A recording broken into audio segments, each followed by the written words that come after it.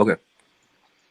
Assalamu alaikum, everyone. So, Masha Allah, with the blessing of God, we're here to attend another Quran study. It's absolutely a blessing from God that we're here, and there's nothing good in our part, and we should be thankful to God for allowing us.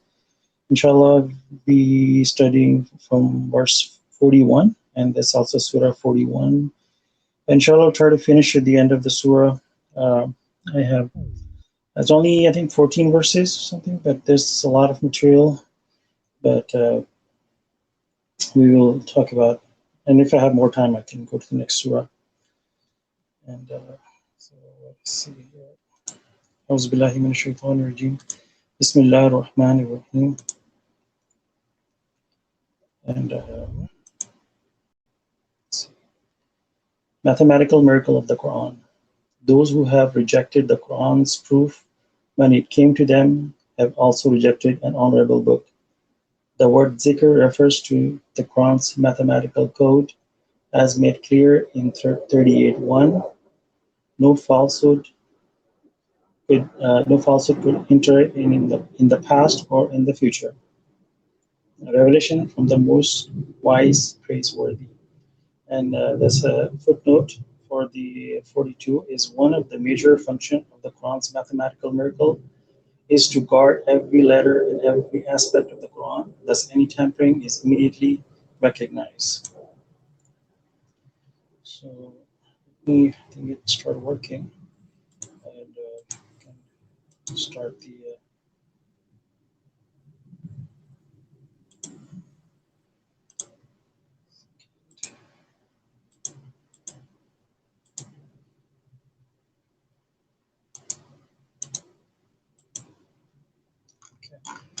So let's see. Verse 41. So as we can see the mathematical miracle of the Quran, and we clearly see that God is talking about the mathematical miracle, which is the 19.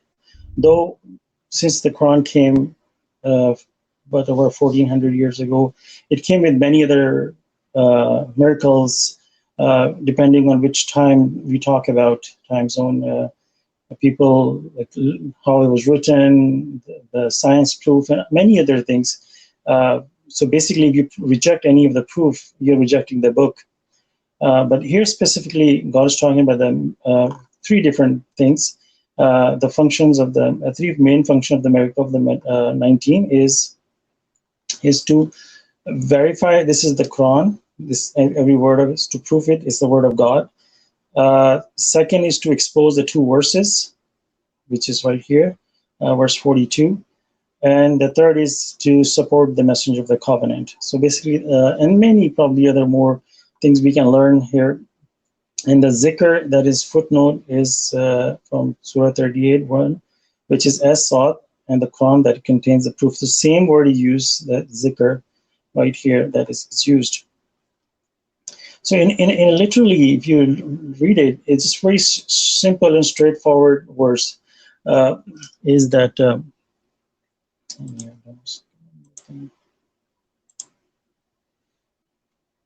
is that anyone who refuse the proof, which is the 19, you have rejected the honorable book.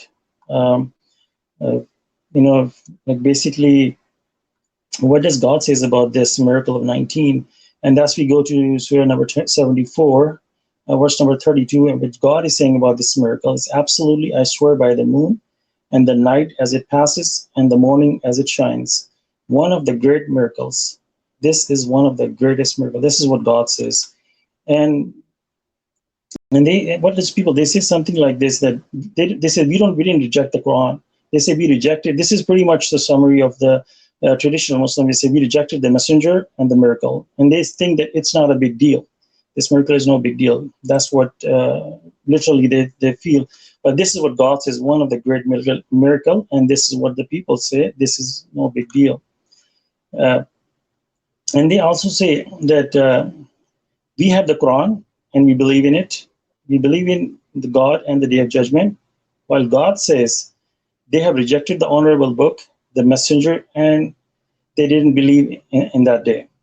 And so basically, and who would you believe? You will believe in God or believe in people.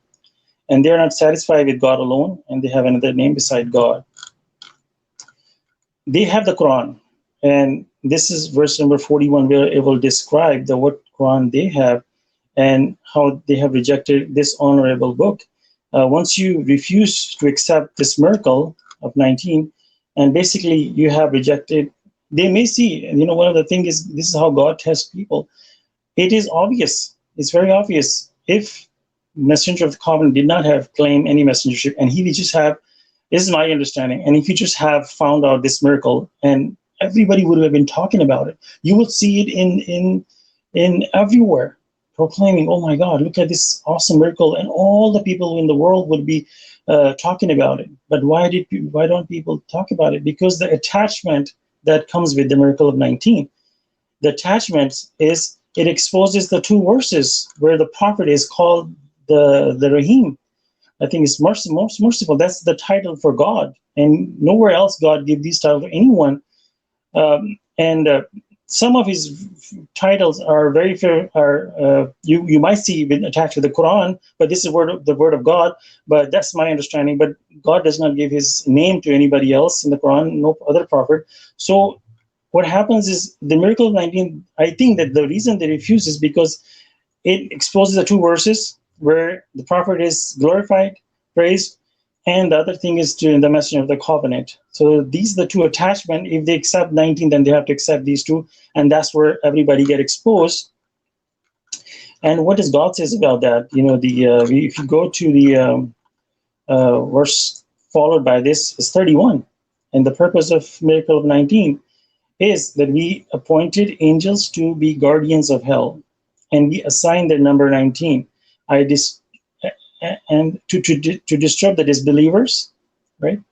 This is you can clearly see they're disturbed, to convince the Christians and Jews that this is divine scripture, so they can look at the miracle of 19 and they can see how awesome that miracle is, and to strengthen the faith of the faithful, those who do truly believe in God.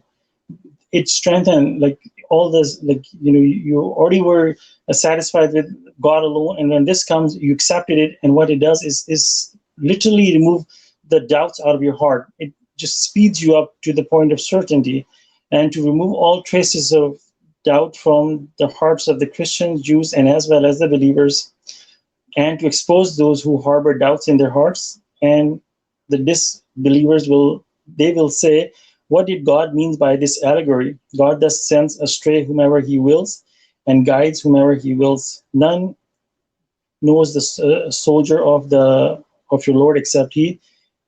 This is the reminder for the people. So it does so many functions. This miracle of 19 is just literally, you have to let go what you have been believing. This is the system of God. Anytime a messenger comes with a new message, something that's new, we learn in the beginning of surah number 21 that the message, when it's new, people run away in aversion. And when this messenger came with something new, but they had to let go what they were attached to. That's where this is the core of our test, that who you are faithful with. Are you faithful with God, or are you faithful with people? That's where it exposes. And I'm just going to talk a little bit about the miracle 19, just to give you a little heads up. That just give you a little bit, about the miracle of 19, how one can analyze the miracle of 19, and you need to ask yourself like basically 3 or 4 questions that here, and you should sit down and ask yourself these questions. And the first question is there something really there? Does it even exist?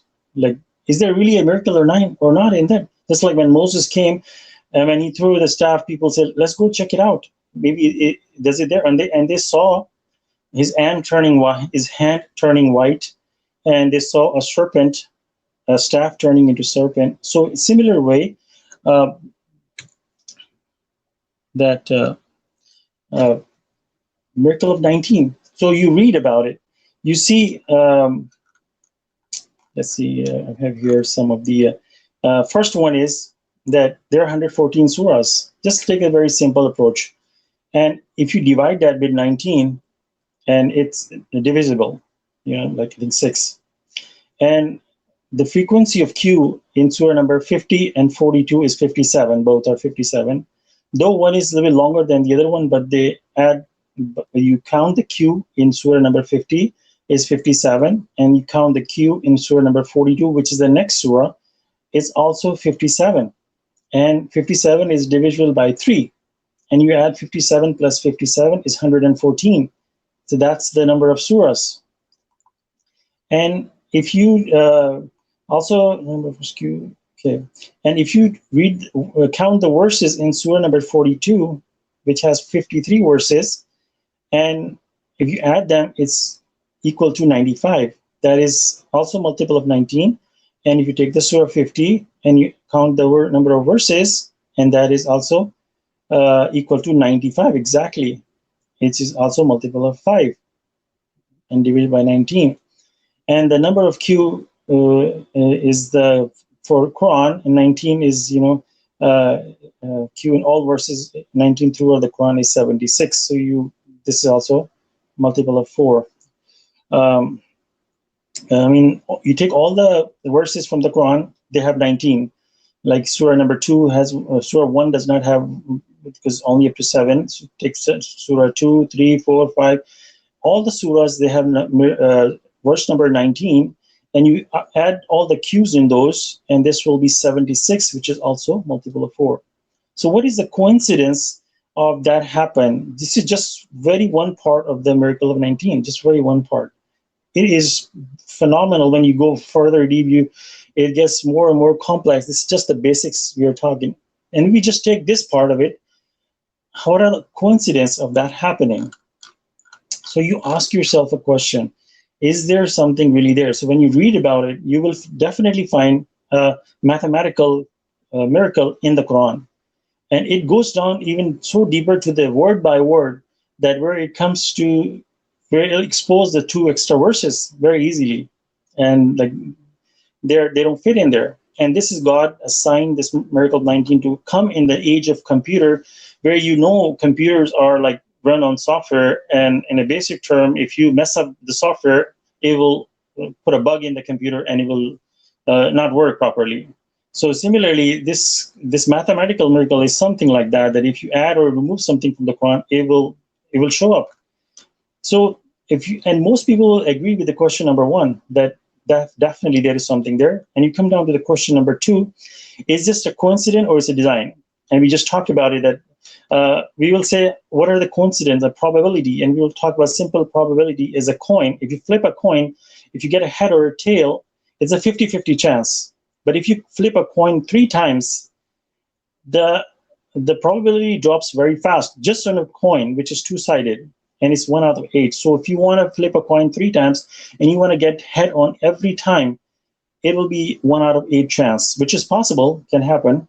But when you go more than 3 times, then it's pretty much become impossible, because it gets lesser and lesser, though it can happen. But and this is a dice, and like we play like Ludo or something like that, or any card game, like this is a number 6, right? We all love this when we play Ludo. When this comes, we just get excited, and we know very well when we play Ludo, it doesn't come very often. And when are we playing, we see this number, we get excited, we get a little joy in our heart that I got the 6. But how often that happens? Sometimes you will roll like dice like 10 times before you see that number. And this is, we're talking about dice that has 6 sides. And so is the chances 1 out of 6 you're getting that. But if you throw dice twice, what are the chances of getting 2 6s or any combination that you specifically want? The chances drops dramatically, is closer to 1 out of 36. So you have to get the same 2 times 6s, you have to roll the dice 36 times. Then you get that 2 times 6. And if you have to get 3 times 6, the probability drops even faster. It becomes 216 times. So you have to roll the dice 216 times in order to get 3 6s or any combination you want. It is like you take a board and you put from 1 to 216 numbers, and you blindfold somebody and have them throw a dart at that board and tell them to hit a specific number. It's extremely random, and it can happen, but the probability is very, very small. And this is a dice. You can see this is a dice of 19, has a 19 sides. Now, the game gets really harder. This is a 6, and this is a 19. Imagine rolling a dice of 19 and getting a 19. It's 1 out of 19 chances you get roll this number. So that's a probability. And if you roll it twice, it's even, so it goes to 361. So the more sides you have, the probability drops faster. 3 times, even a lot bigger, and 4 times. And we just read right here that here are roll number 1, roll number 2, roll number 3, roll number 4, roll number 5, roll number 6, and there's roll number 7 somewhere here. So 7 times you roll a dice. What is the probability of getting 19 each times? And we already seen in the second times it's 361. And here we roll the dice, like actually 8 times. There's 8. If you go into the appendix and you'll find this, and it'll like 8 times you getting 19. The probability is pretty much 0. And this is not where it stops. You go into the initial surahs and it's on and on and on and on. What is the probability? So one can easily come to this conclusion that is this a coincidence or is it a design? And they can very well see that it's a design. Anybody will, with their true mind, they will say it's not it cannot be a coincidence and it's a design. Very well. Then you go to the question number 3,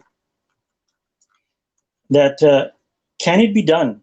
And the answer is no, because it's easy in the beginning. Like, for example, if you're writing a book and you say, okay, I can do it, and you write a book with 114 chapters, you say, look, I have done it. Then maybe you can do this part, maybe you can do this part, but when it's not a probability, it's a design. But when you do the basics, you can do it. But when you get into the deeper complex situations, you're gonna end up changing one of this or one of that, one of this, one of this. So you come to a dead end after so many design things that you try to do, and which God says it cannot be done. And sometimes you play those brick games on the phone, and after a while it'll tell you no more possibilities. And even if you use computer, you will come to a dead end where the computer will say there's no more possibilities left. And Quran is far beyond that probabilities. It goes to the numbers that are even a mile long, and they're multiple of 19. This is God's design. And we're talking about 1400 years ago, then where there was no computer.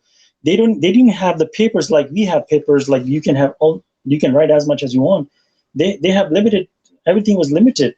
And so for them to design this, it's completely impossible. For a logical mind will absolutely come to this conclusion, and they will agree to this point that they will agree to question 1 and question 2, and they will easily realize that the question number 3 is also, actually that's question number 3.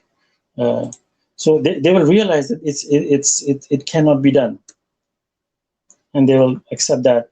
And then you ask yourself this question: what is the reason it's in the Quran? What is it doing when it's so amazing? Is to protect every word God has sent, and this is the verse number 31 that is written here. So, Masha Allah, I just wanted to cover that. I know it will take us some time. So, and then let's go to the second verse of the verse number 42. No falsehood can enter in the past or in the future. A revelation from the Most Wise, praiseworthy. So this is the footnote says that every word is guarded, and any tampering will immediately recognize. So how amazingly God has proved that, how He exposed the 2 verses. But one may ask a question: so if Quran is guarded completely, then how they were able to enter the 2 false verses? You say your Quran is protected, but how they were able to enter it? So God allowed it, and the Most Wise already know what's going to happen before they even enter those verses in the Quran. In the way before that, when Quran was coming down to Prophet Muhammad, God did not put a Bismillah to surah number 9. God already knew that's going to happen. So God took away for Bismillah from the people who were not gonna be appreciative of the Quran. God did not bless them. The surah that they added the glorification for the Prophet. God took out the Bismillah, and amazingly, God blessed the story of the Solomon's letter with extra Bismillah.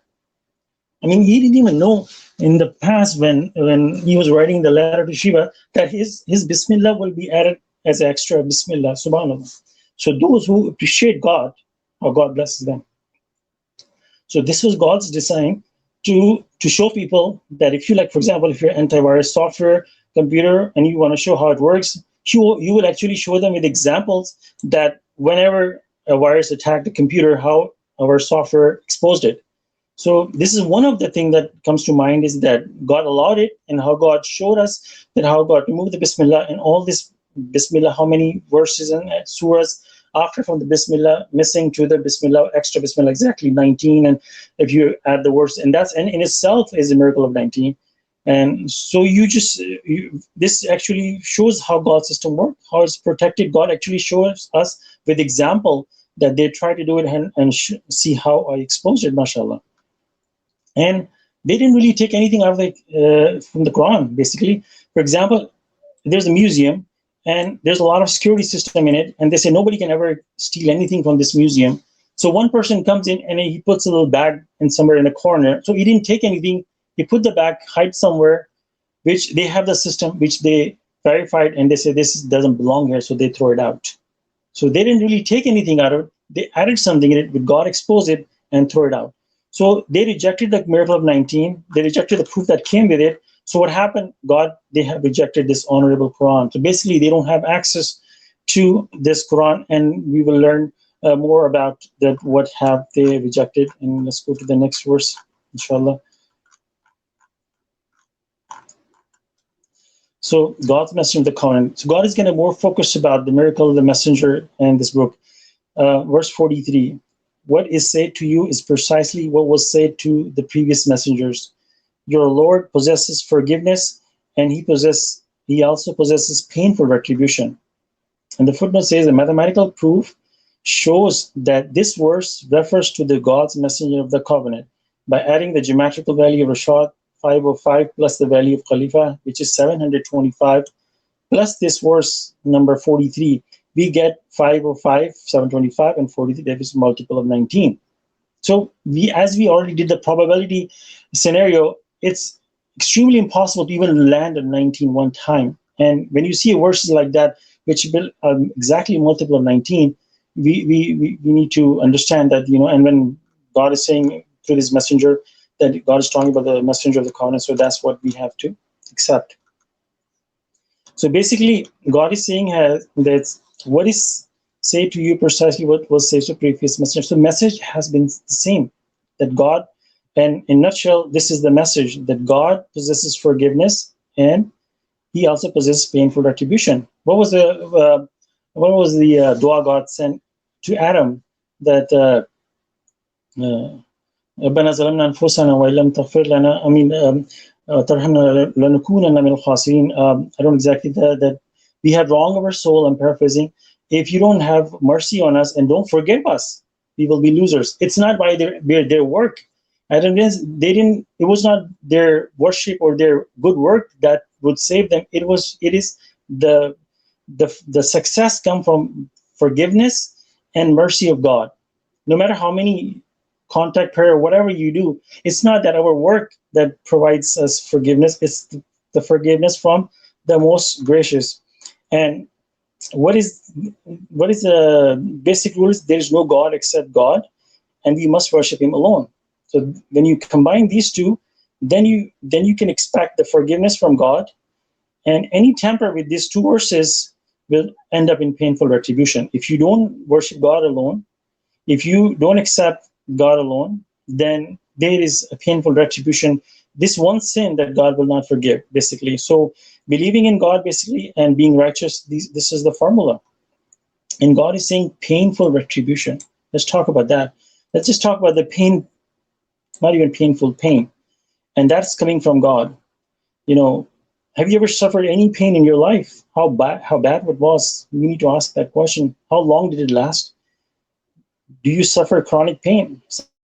Some days it's better, some days it's worse. How about the dental pain? You cannot even eat, and it's one of the worst pain. And here's I listed some of the pain from the website: broken bones, surgical pain, labor, childbirth, cuts, burns. When your skin get burned, how bad pain is. When your muscles tense, when you cramp in your leg, you just jump out of bed because it's just one of the worst pain. Frequent headaches, nerve damage. These are very horrible pains. Low back pain, arthritis, fibromyalgia, pressure ulcers, and aching, squeezing. All these are such a horrible pains. You suffer with just one, it just makes your life miserable. You just want to let it go. I remember one time I had a dental pain for several weeks. And someday I come home, it's not there, sometimes it's there, and you can't even sleep. That's just one pain. So why God is created the pain in this world, just like God created the good things like tasty foods and pleasure and joy. God created this so we can, this is like ergolical for us, that what can happen in the hereafter. If there was no pain, we never would understand what a painful pain is. When God would talk about the painful retribution, we will never know what is God talking about. So God gave us example of these, and pretty much everybody have suffered some sort of pain. Even if you live in a palace, you must have bumped your foot or something. You have suffered some sort of pain in your life. So we can all understand what a pain is. So we need to be reverent to God and listen to God, what God is saying, because these things can really, really, I mean, imagine in the hereafter. Even somebody suffer pain in this world, it will end with when you leave this world. But the painful retribution in the hereafter, just imagine that. He also possesses the painful retribution. Just imagine how horrible that can be. We really need to take heed and force ourselves, to see what God is telling us.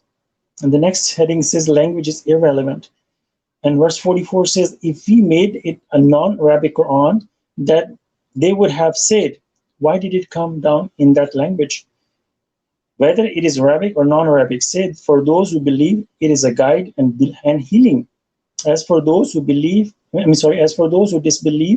they will be deaf and blind to it, as if they are being addressed from far away. We have given Moses the scripture, and it was also disputed. If it were not for your Lord's predetermined decision, they would have been judged immediately. Indeed, they harbored too many doubts.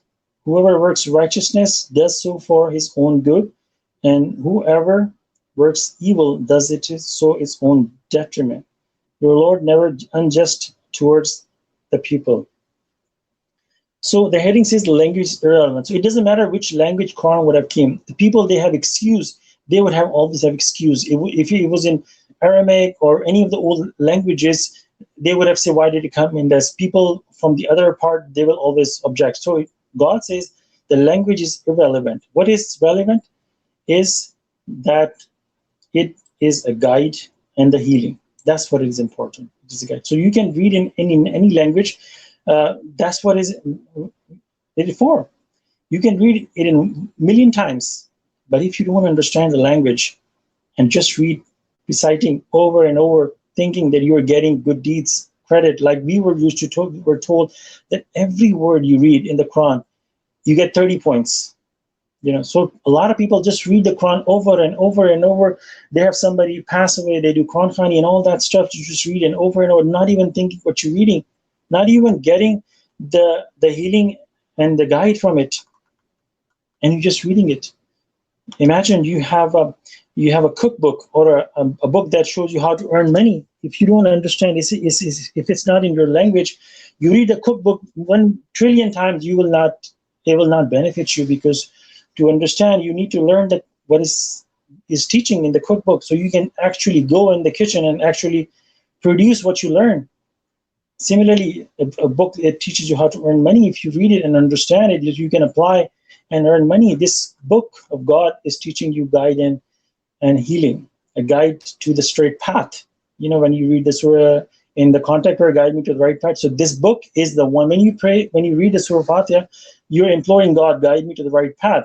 And right after that, in the surah number 2, God starts that surah with, this is the book, this is the beacon. But you were imploring, are you serious? If you're really serious about that, you alone be worship, you alone be asked for help. If you're really, so here's the book, is the beacon. Are you serious about it? So God has provided. And in the beginning, when they have rejected the honorable book. So it's pretty sad. People, they have rejected the guidance, and they have rejected the healing that came with it. So you have blocked yourself from the guidance. You have blocked yourself from the healing in this world and in the hereafter. It's a very, very sad. So if you really, in your honest mind, you examine the miracle of 19 step by step, ask yourself those 4 questions, and if you're still rejected, then you are not sincere with God, basically. I mean, this is one of the formula that you can, we can say, And what God says that who disbelieve is like deaf and blind. Yeah, I mean, we have talked about that. Have you ever met a blind person? You can imagine put a something in your ear, that blocks the hearing. I forgot what it's called. And you put blindfold on your eyes. You're pretty much locked out from this world. So for these people, they're pretty much locked out from this book. It just pretty much blocks. If you ever like go to like a nursing home or you visit an old people, you will see that over age they start losing their hearing, and some people become legally blind, and some people might have both. It is a lesson to learn from them. It's pretty sad, but we need to understand, and at the same time, you will praise God and be grateful to God for allowing us to hear and to see the colors of life. But when you lose this, it's pretty much the end of life. I mean, you cannot hear, you cannot see. There's nothing basically we can do. I mean, you cannot even walk or go outside. Basically, all the basic functions of life comes to halt. And this is what happened. How tragic that is, that God is saying that you become deaf and blind to this. And it's like being addressed from far away. It's like somebody standing like miles away, and you can probably see a dot at a distance, and you're waving you're waving your hand to them. Obviously, they cannot hear you because they're far away, and they can even see you waving your hand. Pretty much that puts everything in its place. We have given Moses. It's the same thing happened. God saying the history repeated itself. We are no different. We are doing the same thing. God is telling you, look, these people have done the same thing. Learn from them. You are doing the exactly the same thing. We are no different. The people of Pharaoh and all the other prophets, Ad, Samud, we are like them. And God is telling us, look, same thing happened with them. And if God has already predetermined decision about them, God gave Pharaoh so many chances. He could have violated them. The minute he refused the snake and the hand, God gave him so many chances for predetermined decision. When the predetermined decision was made after so many tries that there's no more hope left, that's when the retribution comes. And it's no different than us. God will give you so many chances. When decision is precise, when black and white is clear, as long as you're in the gray matter, God will keep you. When your mind is completely made up, black and white, you completely reject the miracle of 19, or you just completely turn away, then I guess you become deaf and blind. I guess that's pretty much my understanding is. If you can correct me if I'm wrong on that. And then God says, whoever works righteousness is for own good. And anything you do is for your own good. Anything you bad do is for your own bad. You don't benefit anybody, basically. God is the one who's running everything. You don't think that I did this for that. You do anything is for your own good. You're preaching, you're doing something, it's for your own good. God is controlling the guidance and everything. You know how we have, and the next verses, God is going to shift. How beautifully God is laying out the flow. And the next verses will be idol worship. And here we said anybody who does good for their own good, it does not benefit anyone. So even the prophets and messengers, whatever good they did, it was for their own good. They cannot benefit anybody else. It's our work. I mean, a lot of people think that the saints and these prophets and their idol, they will benefit them. And God has clearly said they can never benefit you. They have done anything for good. I mean, one of the famous hadith is when, and it's mentioned many times, the prophet was talking to his own daughter, that don't think that you are my daughter, that I will be able to spare. I'm paraphrasing, on the day of resurrection. No, your own works will save you. I mean, who are we? If his daughter cannot be benefited by him, who are we? We get similar example from Abraham. His father cannot benefit from him. Noah's son cannot benefit from him. Who are we to even say any idols can benefit us? It's straightforward, black and white in the Quran. Very black and white. So anybody imploring anyone else beside God, and we will read in the next coming verses, but there's a one good point you can learn.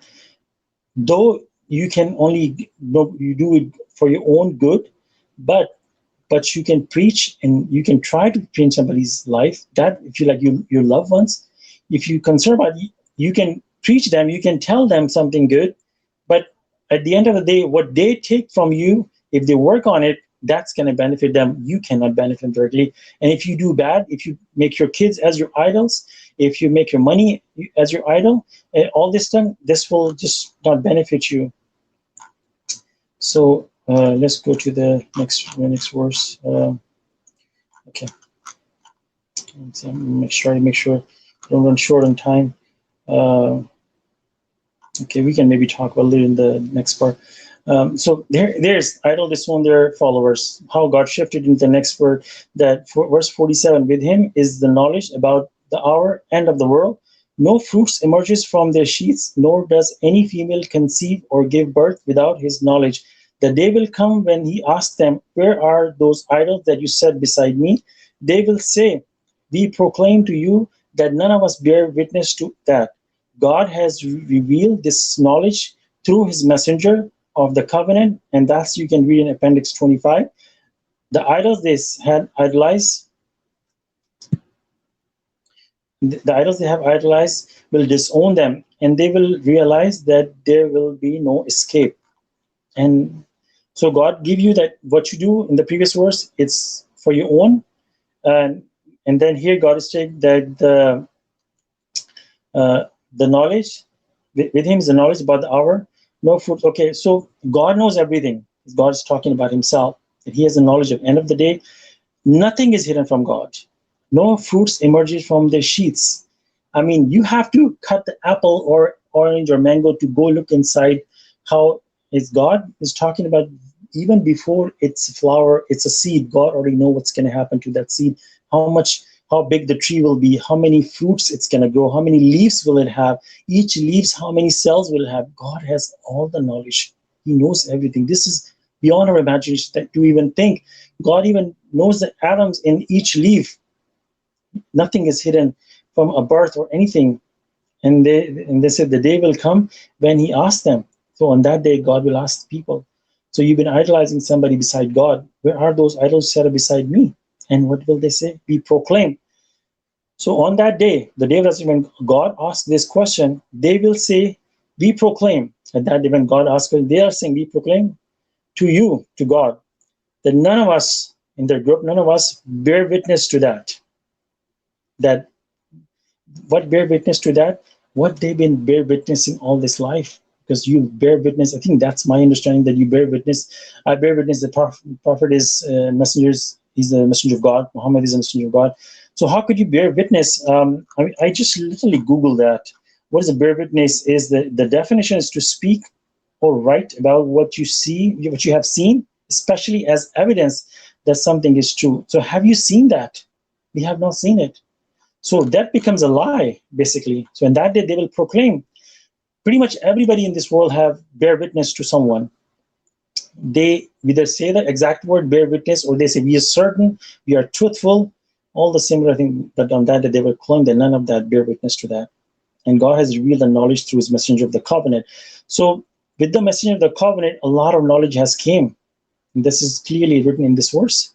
In this footnote, that all the things that God has sent through him. And if you accept it, it's for our own good. If you reject it, it's messenger of the covenant won't suffer. Nobody other will suffer. It's us, our soul will suffer, basically. That all comes down to.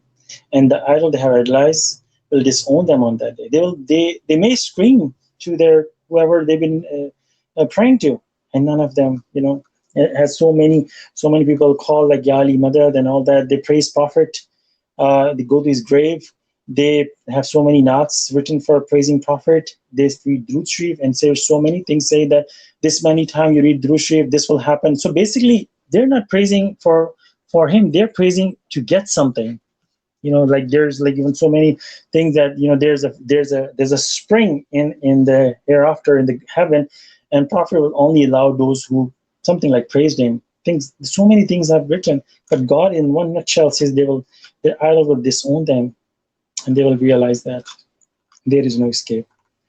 Okay, and bad by the friends, and the human being never tries, the human being never tires of imploring for good things. And when adversity befalls him, he turns despondent, desperate. And when we bless him after suffering some adversity, he says, this belongs to me. I do not believe that the hour will ever come to pass. Even if I am returned to my Lord, I will find at him better things. Most certainly, we will inform the disbelievers of all their works and will commit them to severe retribution. When we bless the human being, he turns away and drifts further and further away. And when he suffers any affliction, he implores us loudly.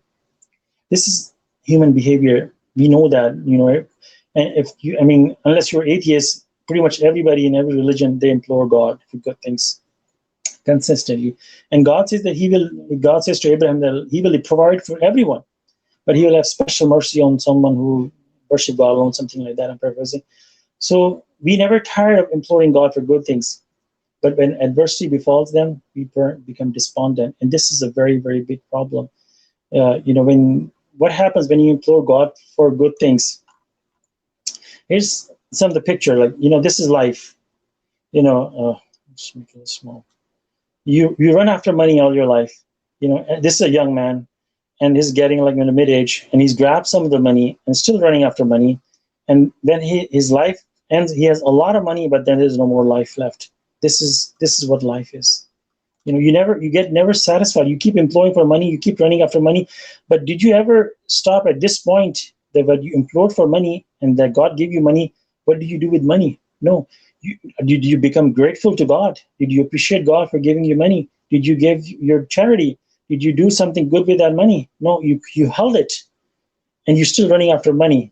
That's when you come to end, and you got a lot of money, but there's no further.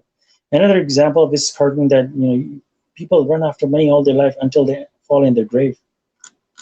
So God is teaching us right here in the very similar example. You implore God, but when you implore God, there's a responsibility on you. Responsibility is, when you implore, you need to be content with what God gives us. If you don't become content and don't appreciate God then you will keep running more and more. You will never find happiness, and you will always be in that situation. For example, for example, just a quick example here, money. You want more and more money, and you never satisfied with it. So you need more money. Your body becomes tolerant to the money. Then you need more money, like coffee. Like if you start drinking coffee and you just started, it will probably keep you awake the whole night. But after a while, your body builds tolerance against the coffee.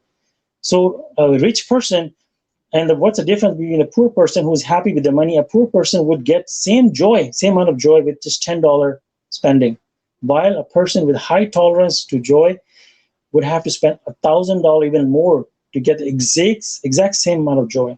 So the outcome is exactly the same, but imagine how much work they have to put, So, or somebody has how much coffee somebody has to drink to get the same amount of effect. So the goal should not be to gain more money. The goal should be to lower the tolerance. And how do you lower the tolerance? It's what you have, you appreciate, you cherish, you look back, you enjoy, because this is what you implore God. And when God gave you, you put it away and you want more. You run after more. You put it away and you want more. This is a very bad behavior. You take and you enjoy, you praise God, you appreciate God. Thank you, God, for giving me all this. The more you enjoy, probably is my understanding, this is how God blesses you. God will keep your tolerance low with same amount. God can bless you more, and God can keep your tolerance low. So you get the same amount of joy with somebody who's spending crazy money, and they have to earn. Their time is occupied in earning more and more money. Their money becomes their God, and that's what they're getting more and more, and their tolerance so high. This whole life is screwed up. The whole system is screwed up like that. I hope you try to make it as simple as possible. And this is, so the person, the human never implores, and when adversity hits, they become desperate. And we can clearly, in that given hit, submitters the same way. When everything is going perfect, when something bad happens, we become disturbed. We shouldn't be disturbed. We should ponder upon what mistakes I have done, repent, and try to find the problem, correct it. Don't just keep on. What happens is over time, and some submitters, they will just do this. They will start questioning this verse, that happiness now and forever. And they'll find excuses right here. They'll find excuses that happiness and now and forever does not exist, because they implore God, fill their life. They were not appreciative. They made some of the mistake or something. They're not obeying God. So when they're not obeying God, what happens is God start taking things away from them, or put them with some kind of adversity or misery. Then they start questioning this verse, where wherever God has mentioned, and then you completely fall out of God's system. So instead, we have to believe in every word of God, and to what you call that, be focused on worshiping God alone, and try to make ourselves better and better, that we can obey God. And God repeats this whole system. I do not believe what happens is when God blesses this person. So here you implore, and God gives them, and they don't. And something bad happen, despondent, and when God put them suffer with something, adversity, and and when God blesses him after adversity, what does he say? This belongs to me. Surah 18, with the person with the two gardens. I do not believe that the hour will ever come to pass. Even if I'm returned to my Lord, I will find better things. We find that in Surah number 18. Most certainly we will inform the disbelievers all their works and will commit them. So this is a very serious issue that we need to ponder. Am I falling in this verse? In these two verses, basically. Am I falling in that? When God blesses you something, don't ever, certainly a lot of people will not say that this belongs to me, or I don't believe the hour will ever come to pass. But in our heart, do we certainly believe inside? A lot of time when you come out of adversity, you start giving credit to something other than God. Sometimes we become victim to that. We will say, oh, it was the doctor who did it. It was that person helped me, and we forget God. This is where you fall into this. And you may not say it from your tongue, but you, in your mind, in your heart, you may fall into this category. And then you're already expecting heaven is reserved for me. A lot of times we have this feeling in our heart that, oh, I'm going to heaven. Even though we may not say from our tongue, because God knows our innermost thoughts. So we need to clear out our mind and thoughts from any kind of idol worship. We need to dig deep inside. The tongue is the easy thing to do. We need to dig inside that, am I absolutely content with what I have? Am I absolutely appreciating God? Am I absolutely giving credit to God for everything that I have? Am I absolutely reverence to God for the day of resurrection, that I'm humble to that? All these things we have to look deep inside. When we bless human being, he turns away. That's another tragedy of human mind. And we can see very clearly all around ourselves, people will bless, they drift further and further away from God's. And then when he suffers affliction, then he implores loudly. And this verse connect back to verse number 49. So cycle repeats 49, 51, and back to, it's like a rain cycle or something, until you get so many chances and then you're plugged out of it. So next, inshallah, these are the last verses are here. Verse 52, proclaim what if this is truly from God, then you decided to reject it, who are further astray than those who decide to oppose this. A great prophecy, we will show them our proofs in the horizon and within themselves, until they realize that this is the truth. Is your Lord not sufficient as a witness of all things? And the subnote says, the letters that compose this verse are 19, and the geometrical value add up to 19 times 73. This is great prophecy. Together with these verses, inform us that the whole world is destined to accept the Quran as God's unaltered message. See appendix. Indeed, they are doubtful about meeting their Lord. He is fully aware of all things. Somebody's not. Mouse is not.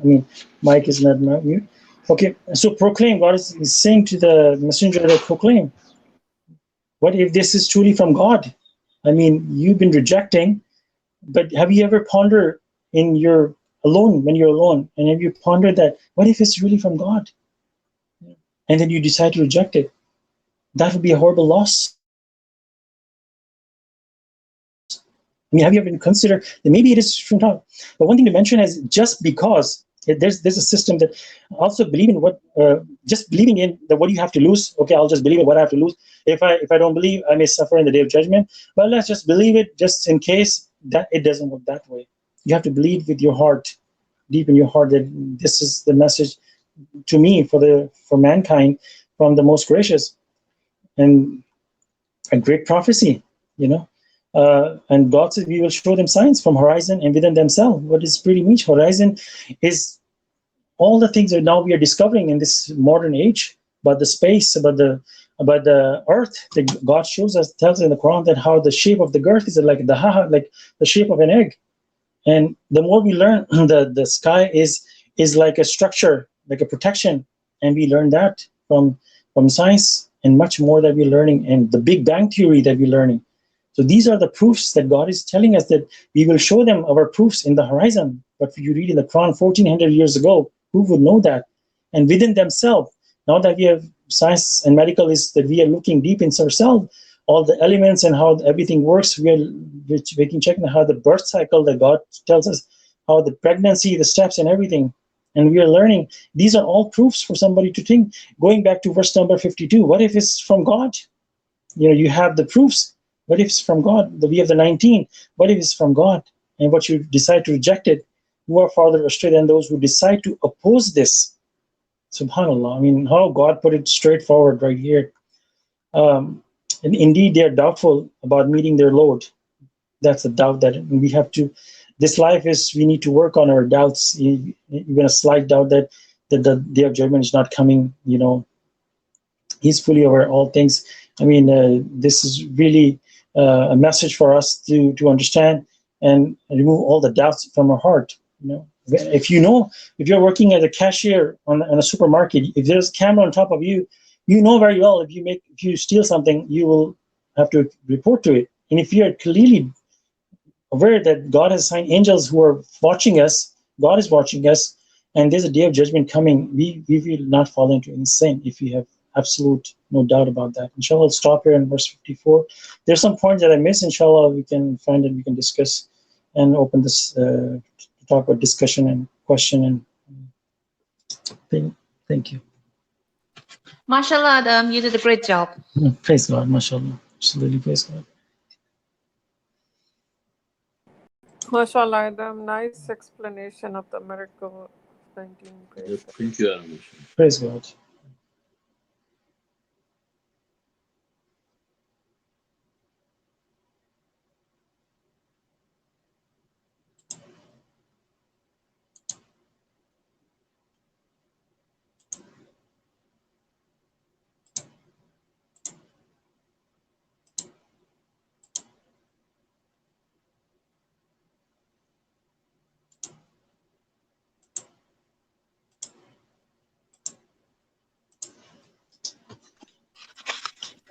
I was actually talking to a cousin today, and he mentioned that the Islamic scholar went to his country, which is Guyana, and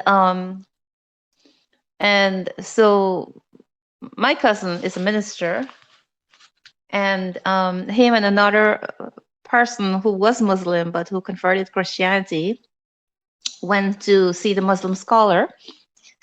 And the Muslim scholar had a lot of local Muslims around, and they didn't speak Arabic.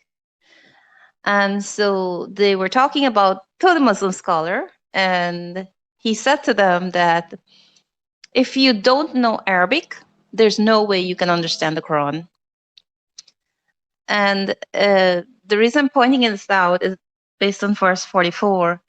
I think a lot of, majority of the Muslims out there, what they're doing by telling people that is they are dissuading people from even learning about Quran or things like that.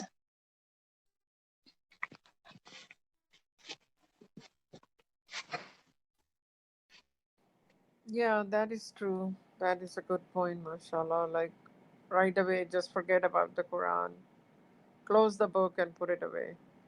But also, some people who come in submission and somehow they get hung up on Arabic, learning Arabic, that I must learn Arabic. Even though Messenger of the Covenant has said the language is irrelevant, the Arabic, we don't even have to worry about it anymore because we got the authorized English version now. This is what we follow with the real essence of Quran and everything. But they just, I don't know, it's their ego provokes them that I must learn Arabic, and they start pinpointing things in Arabic. That is basically not putting and not trusting the messenger. Basically, their ego tells them, but I should know better if I know Arabic. So just imagine you spend another half of your life learning Arabic to the level where you even understand Quran. It's kind of impossible, you know, really. Not impossible, but why waste that much time, right? Yeah, thank you.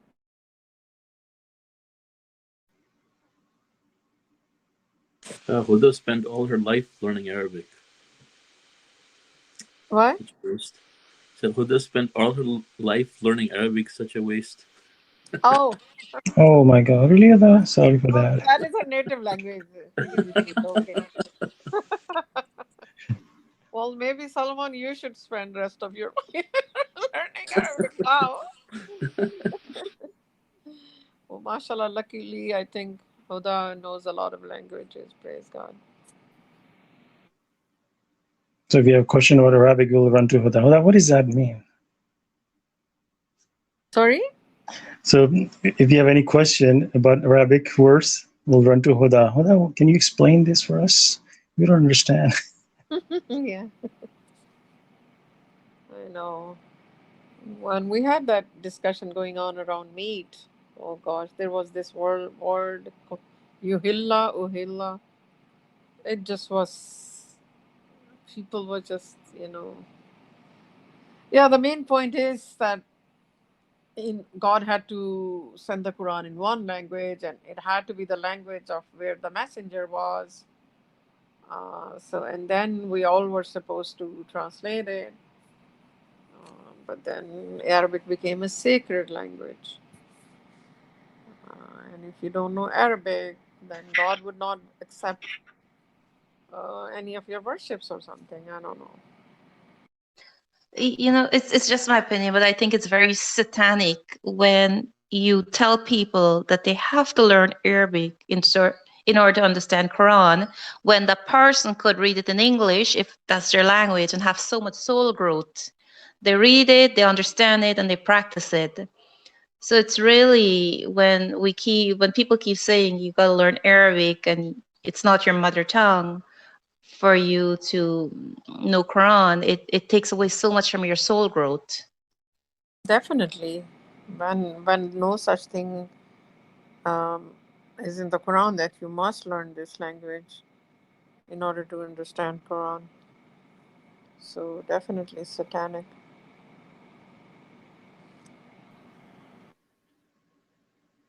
Yeah, and even here in Western countries, the Muslim people, their kids, they teach them, and a lot of time they will hire somebody from outside, from mosque.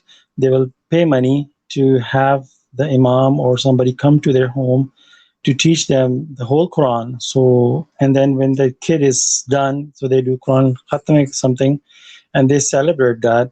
And when the kid doesn't even know anything, what did he read? He just know how to pronounce these words, not knowing what is the meaning of it. And while like people ask me that, where do you send your kids to learn Quran? I said, no, we just teach them in English. Tell them read in English. We have Quran studies, and we let them read in English so they can actually understand. So if they're going to teach them Arabic, then they should teach them with the meanings, probably, at least, so they can learn, mashallah. Thank you.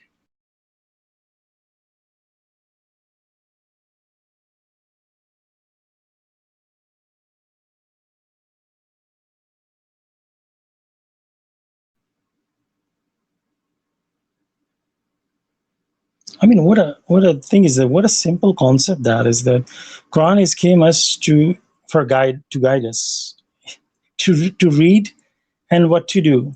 I mean, if you don't even know what to do, you just read it in a foreign language you don't understand. I mean, it's beyond even argument or debating with somebody. It's a so basic thing. But people have debate on this and that, and with a simple concept, but people don't understand. Thank you.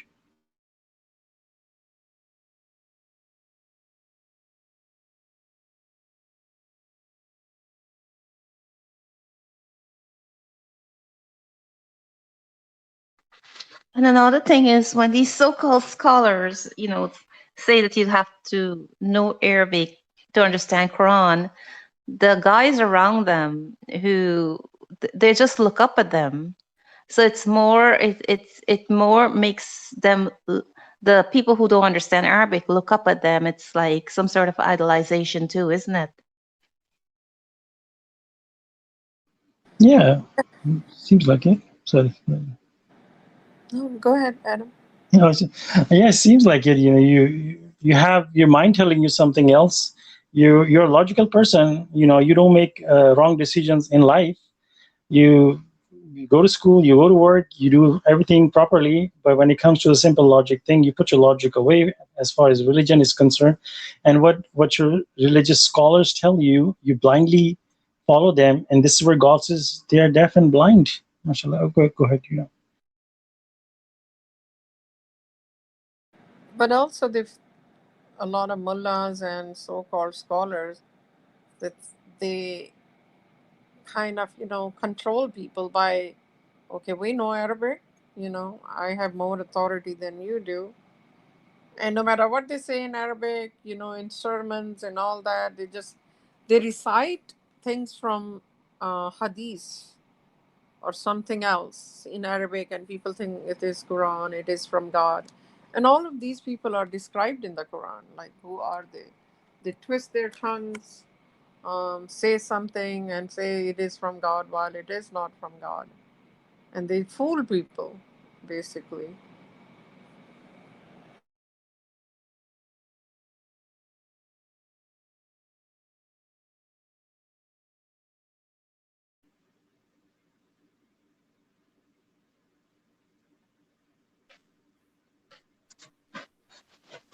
Yeah, I just want to make one last comment about this particular um, point that we're making. Actually, like if you're in a country and the country have like three major religion like Hinduism, Islam, and Christianity, and and then they're having interfaith, which a lot of the countries they do.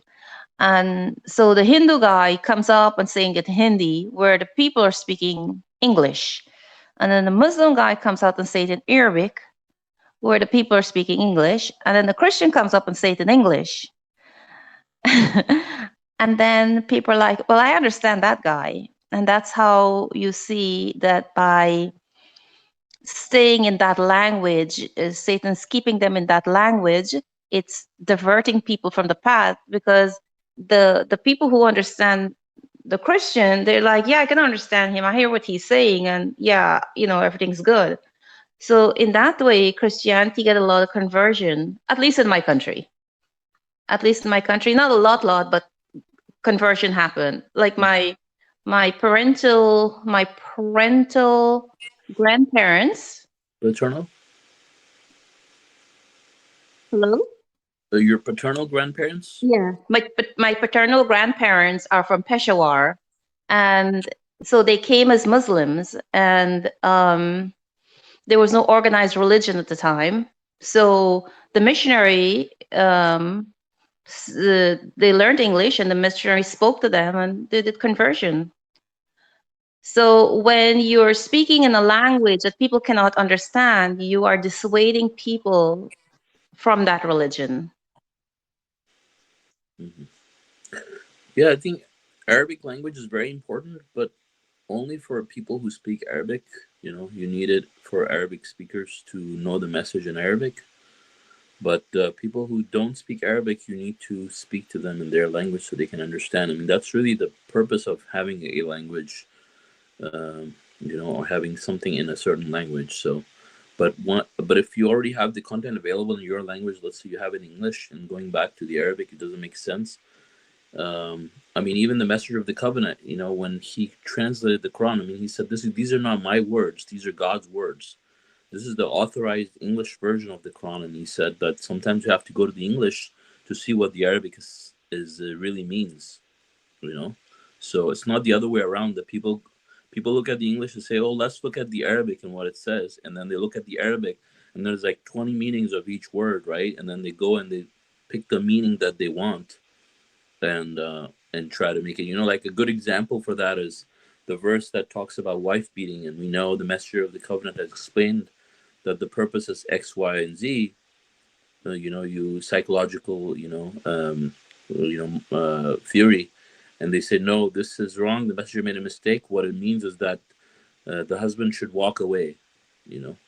So they've found different meanings. I mean, there's many words that have many different meanings, variety of meanings, and they look for a word that suits their interpretation best, and then they say the messenger mistranslated the Quran. And so many other things. I mean, and then it just continues on from there. I mean, there's no stop. Like there's like, for example, we have the example of one person, for example, Peter, now saying that things about circumcision, that it says where it says Abraham was a monotheist, he says Abraham was circumcised. The word monotheist, he translates that as circumcised. Oh my Can goodness. you imagine? Wow, this guy has a very large ego. That means all are circumcised. Wow. That's too much.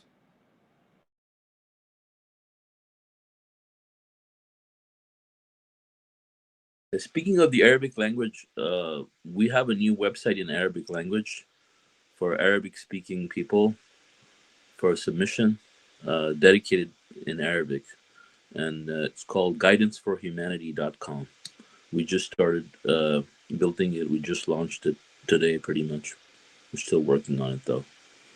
Masha Allah has done most of the content work, and I'm just helping her on the technical side. Masha Allah. MashaAllah. Mashallah. So Sorry, it's I missed for that humanity. part, Salãmun. What's that? What did you just say? I missed that part. No, I said there's a website we just created, mashallah, in Arabic, Okay. called guidanceforhumanity.com. Mm-hmm. And it's for Arabic-speaking people, to know the message of submission. So, people in Egypt and Morocco and Algeria, all these Oh, mashallah. non-Arab countries where people speak Arabic. Okay, cool. Yes. MashaAllah, Salman. I laugh because it's I have some friends and they speak Arabic, but Mhm. they're not from Arabic country. Like they'll be from Egypt Mhm. and other African country. But they Mhm. wouldn't want to say they're from African country because I don't think they know what the Quran says about herbs. Mhm. So they will tell you, and they will be so proud about telling you, I'm Arabic. Mhm. And it's very hard to tell them, no, you're not. You're from Egypt or you're from some part of Africa. You just speak Arabic. Mhm. Anyway, I think if they really knew what the Quran says about the Arabs, they probably wouldn't claim that. Yeah. Yeah, I don't know. So for some reason, Arabic was removed from other sites that had Arabic for readers. So there's not a lot of Arabic content available for submission. I mean, submission.org used to have all the appendices and everything in Arabic, and at some point they removed all of it from their website. And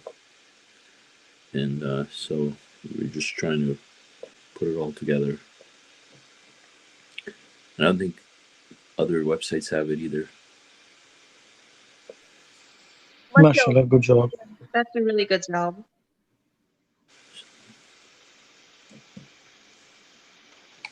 Yeah, and anybody who wants to, know the Arabic meaning, we'll direct them to this website. If you want to follow the message of submission in Arabic, go to guidanceforhumanity.com. They won't understand anything. Especially Peter, people think he knows Arabic.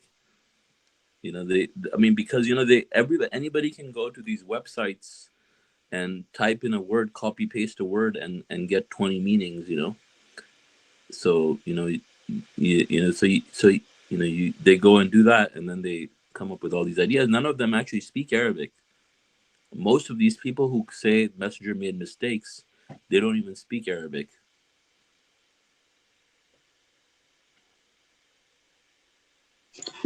Even the person who keep trumping the horn, God Arabic Quran, you have to speak Arabic to understand Quran. Even that person? They don't speak I mean, that's not their mother tongue? Which person? Abdullah. I don't know about Abdullah, but I was talking about like Peter and other people. Oh, okay. Okay, Yeah. got it.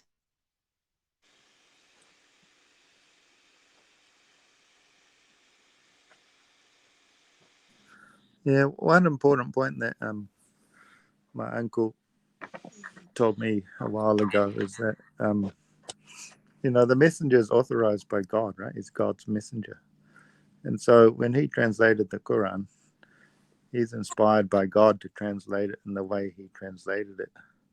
So that's why sometimes if you try and reverse it and go from the English to the Arabic, it's not clear because Rashad was inspired to translate it in the way he did. So you can't just simply reverse that process and come to the simple equivalent Arabic. I think that's important to realize. He's inspired by God because he's God's messenger.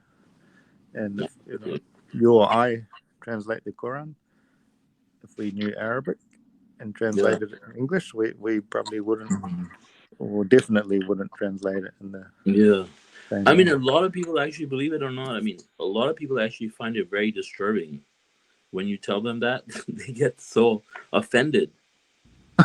They're like, oh, you saying Rashad was a prophet? Well, it doesn't make any sense. Yeah. They say all sorts of things. Yeah. As if Rashad was meant to come without any message. It's like, what was the That's point another part of it, right? They said that they want to accept that Rashad is a messenger, but they don't want to accept anything he has said anywhere else outside of the verses, because what is that? Because he said follow Quran alone. So Yeah, maybe they need to focus on the English understanding first before they go to the Arabic. Yeah, that I don't know. That's just hard for me to comprehend. They really need to think about what it means to be God's messenger. Yeah. You know. Really, I think what it boils down to is that God says in the Quran that none can grasp it except the sincere. And so when you're not sincere, you cannot grasp the true meaning of you're blocked from actually understanding the Quran. And people read the same verses over and over, but they fail to understand what it really means. And I mean, for a lot of people it's subtle, but for other people it's very obvious, like they can't even fathom like the basics. Yeah. I've been thinking about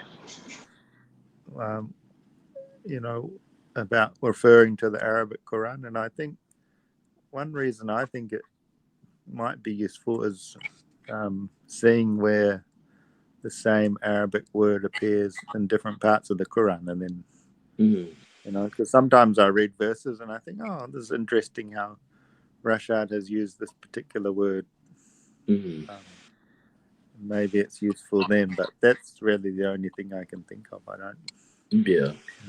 Also, I think it's good for people. It makes people comfortable. For example, people who are new to the message and they come and they read this stuff, and then they have the Arabic and they can compare.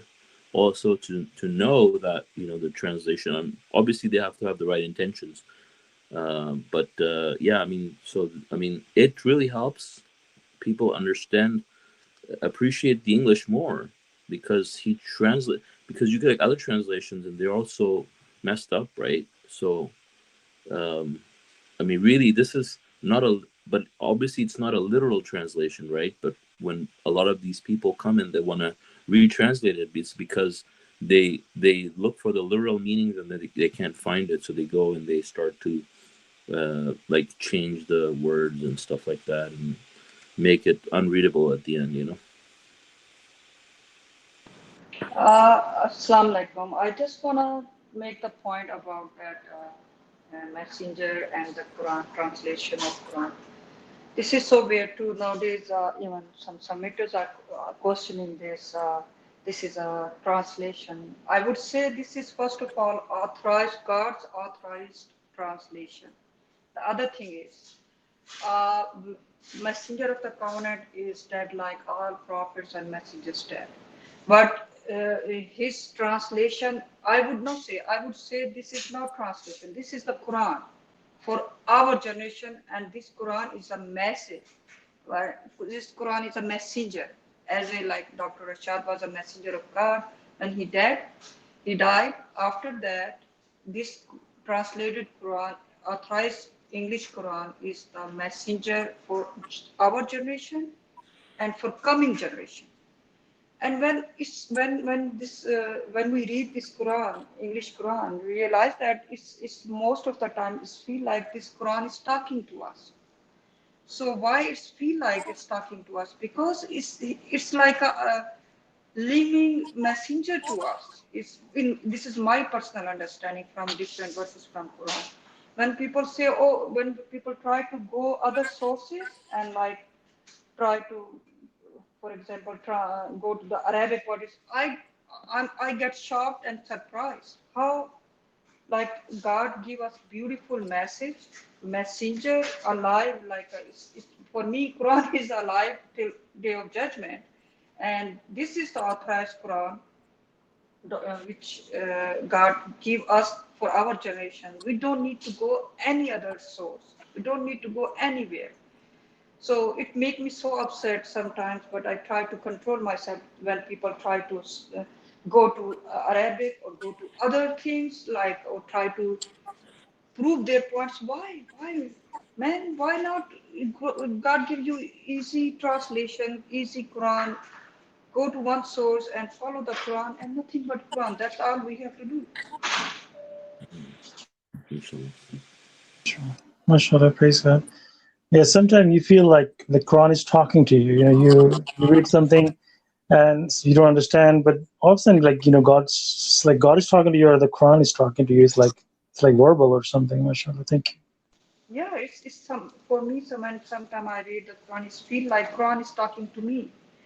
And those feelings then give you strength that God is watching you, God is listening to you, and those what is talking to you. So then why you want to go to other things?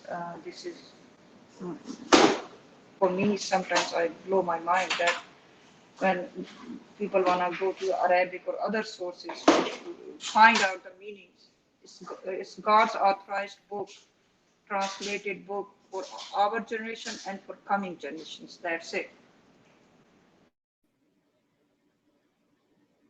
MashaAllah.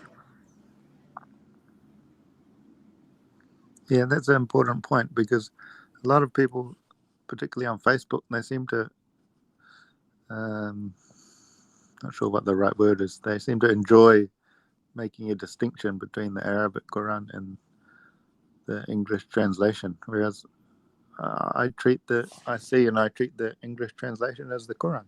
I mean, of course, it's the Quran because it's from God's messenger.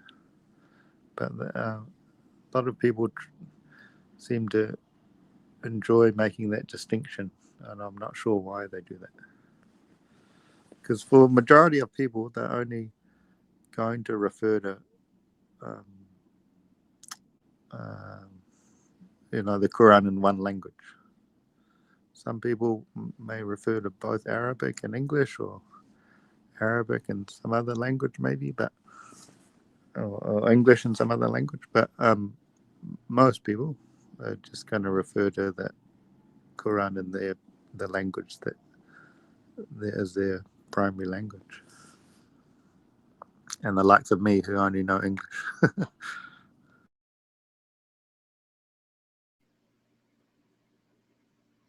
Yeah, MashaAllah, Steve. God says in this, we just doing the Quran study, verse 44. God's called it that for those who believe, it's a guide and healing.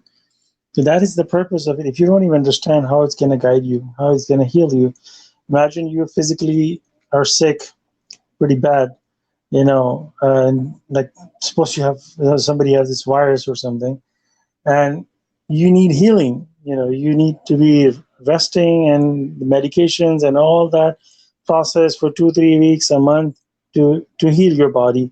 And God's calling this a healing for our soul. When we claim against in the previous life, so we really suffered our heal, big time, and our soul needs a lot of healing. So this Quran came to us from God to heal our soul. Only if we can see on the other side our soul, how bad is like suffering it is or sick it is, then we will understand, the benefit of this healing and guide. Another point to make is that, like it's a very simple thing. You wherever you live in the world, suppose take a subject of social studies, and the kids that go to school, they're gonna read their subject social studies in their language or something they can understand. I mean, you're not gonna take a book from Germany and take it to somebody in India and teach them, okay, read social studies in this, which they can't even understand. They can probably pronounce the words if they're written in the alphabets, but they will not understand. It's a very simple concept, but it's hard to grasp for some people. MashaAllah, thank you. Recently Imran Khan has announced in Pakistan that um, you won't um, graduate from college if you haven't studied the whole Quran with meanings, which is at least good step that everybody who goes to college, it would be like a subject that you finish the Quran with all the meanings, that you have studied it, because guess how many people have studied the Quran? Not many. So with translation, yeah, he's making All right, mandatory in that's order good. to graduate. Yeah. Yeah. I hope it's not for everyone, like Either non-Muslims too. either they'll become extremists or they'll become guided. Sorry. I said either they'll become extremists or they'll become guided or closer to guidance. I mean, it Well, depends at really. least they will get Yeah, something out of it. yeah, They yeah. accept that. What is in the Yeah. Quran? How I many? mean, it really. I mean, to me, I would say personally, like it really depends what translation they make them read. Like if they read the Saudi translation, they'll most likely, like want to. No, God is the only guide, right? Right, Somebody right, is right. guided even reading from there, and Yeah, find the truth, and find that yeah, there is exactly. so much contradiction Hmm. between Quran and Hadith. Yeah, That's the first step I'm saying. Like yeah, if a road right. you It depends on the person. Yeah, obviously, the yeah, guidance is already stamped, but yeah. I feel it's a good step where people think, oh, just go to mullah and Mm-hmm. learn the Mm-hmm. Arabic Quran and then you're done. Actually, come back molested. Right. That's another thing. Um, but in college, making it mandatory, I think this is really good. Yeah. Yeah, subhanallah. Thank God. Yeah, that would be great. Yeah, actually. I mean, if yeah, that Not would the be. molestation part, the other part. Yeah. Just to clarify, man.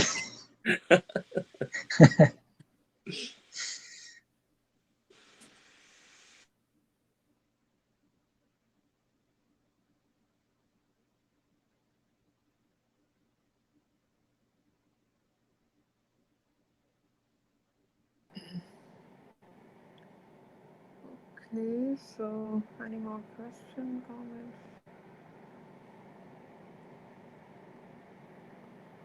I just want to comment on verse 49. Bad weather friends. The human being never tires of imploring for good things, and when adversity befalls him, he turns despondent, desperate. And when we bless him after suffering some adversity, he says, this belongs to me. I do not believe that the hour will ever come to pass. Even if I am returned to my Lord, I will find at him better things. Most certainly, we will inform the disbelievers of all their works and will commit them to severe retribution. It is such a like human nature is how God describes human nature is so, subhanallah, so accurate, of course, that we are like that. You know, when we say I trust God and I put all my trust in God, this would not happen. You know, when good things are going, our we will just rejoicing and full of energy and, you know, partying and maybe even thanking God and everything. And if adversity befalls, then it's like somebody took the air out of balloon. You know, like Mhm. suddenly your spirits are down, and you know that our trust in God should never change under any circumstances, and rather we say, okay, I'm gonna be progressive in this, that I'm gonna reflect why this is happening and still submit to God alone, and maybe I'm doing something wrong, or or if it's not in abundance, at least my needs are still satisfied, right? So there's so many venues to look at, that we don't waver, you know, in our submission. Don't let it affect, because if we fail the test, it will come back again, until we're on the solid ground in under all circumstances. We're not just fair weather friends, or we're not just, you know, um, in adversity, we're just complaining and moping and all that. So, although it is a journey, it is a process, it doesn't happen overnight. Because this is in our nature, we slowly develop. So, when God says, persevere, stay steadfast, that means we, you know, we be solid in trusting God. Our trust in God and our confidence in God is not shaken, no matter what condition is. Because Satan wants to get you in both situations. Either you could be being proud when you have, you know, everything is going well according to whatever you want. You can become proud and, you know, unappreciative. Or when you know, when God withholds or any adversity befalls, and then we completely lose faith. So there is like we have to find that core of confidence in God and trust, but that is never shaken, no matter under what circumstances. Inshallah, that's where we will. That is how we'll be passing our test, God willing, in both situations. Just wanted to reflect on that. Okay, thank you. Yeah, mashallah, good point. Yeah, Did we read the footnote for 4153? 53.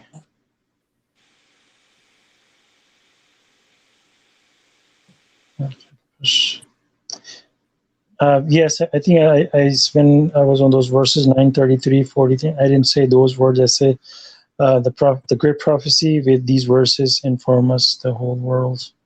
Okay. Yeah, I think so. I didn't because I remember those verses.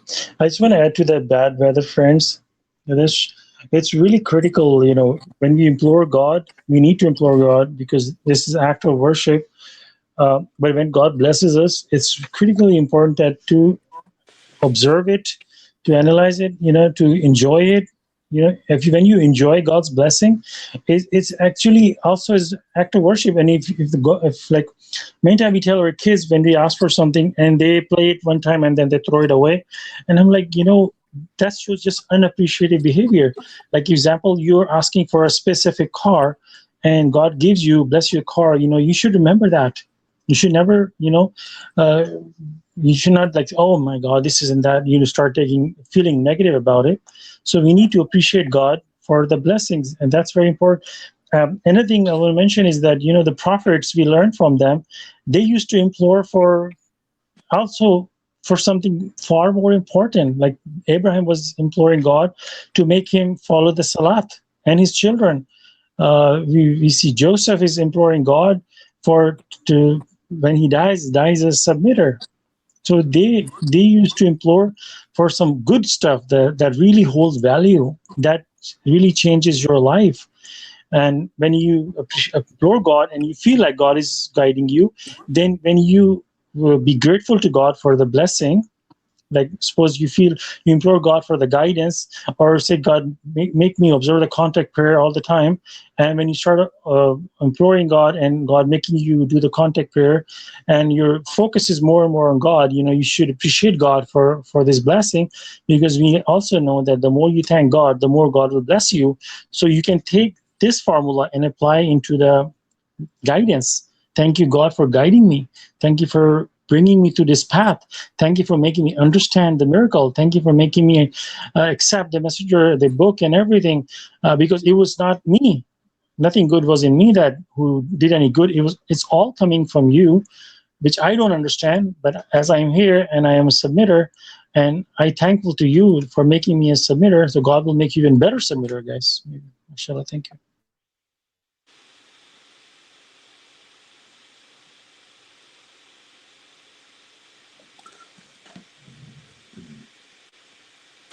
Also, I wanted to comment on verse 53 also.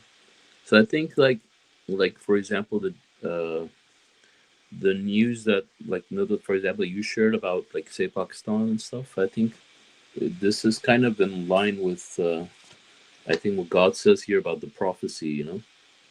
That more and more people will familiarize themselves with the Quran, and it's a prophecy. And the messenger of the covenant talked about how like in 50 years or so from the time that he talked about it, which was over 20 years ago, or 30 years ago.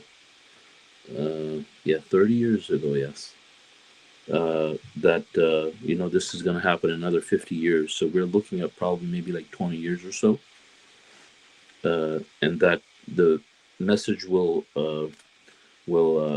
prevail, message of submission, and of course, as people will read and educate themselves more, I mean, they will come closer to the truth, and we see from the end at the end of this footnote also that it says that this informs us that the whole world is destined to accept the Quran as God's unaltered message.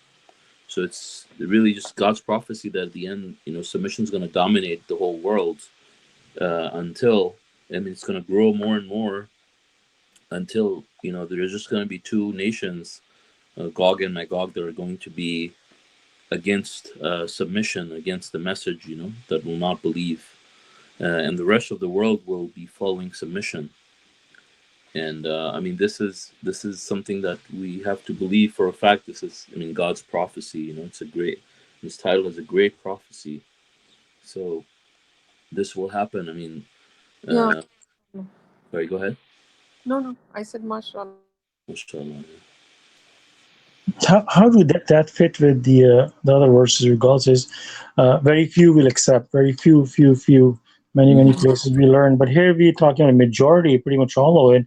So how does it both correlate with Right. each I other? mean, yeah. I mean, it's like now you can see like at a microscopic level. It's like you see all these people that have accepted submission, right?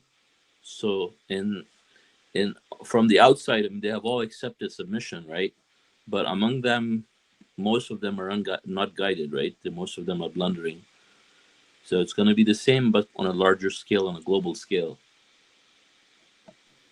Okay, you mean to say that they will accept Quran as the word of God, that they will They'll recognize accept it. Quran, they will accept the messenger, they'll accept the miracle, Hmm. but there will still be people like we see all over, among submission that will be doing their own thing, as we know, like circumcision and various other things, innovations among them.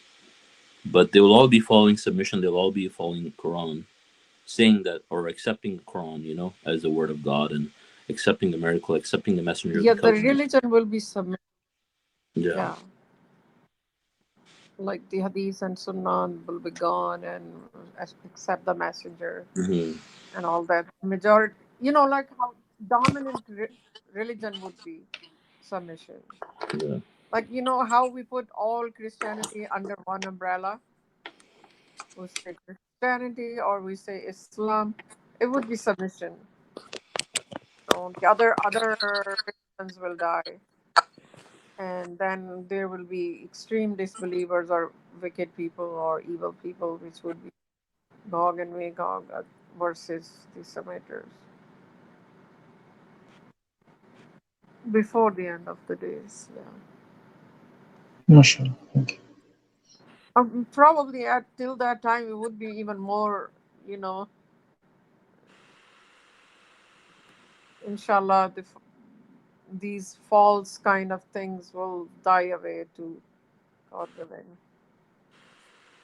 like a DPN and all that. Mm. Now we already have so many branches. Mm-hmm. Yeah. But like in Pakistan, there's a large community which is following Quran now. Quran aloners. So that what I'm trying to say is that the journey has begun to see the falsehood of and absurdity of hadith and sunnah, and people are exploring Quran more and more. And because of the internet age, it's easier to research, compare different translations, and people are converting actually already on a very large scale towards submission, mashallah.